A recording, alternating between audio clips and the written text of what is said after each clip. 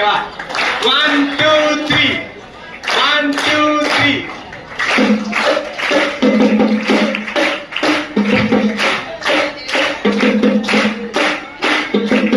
வாழ்க்கைக்கு முக்கியமான சத்தியம் ஒன்று சொல்ல போறேன். எங்களுக்கு நல்லது நடந்த முக்கிய சம்பவமே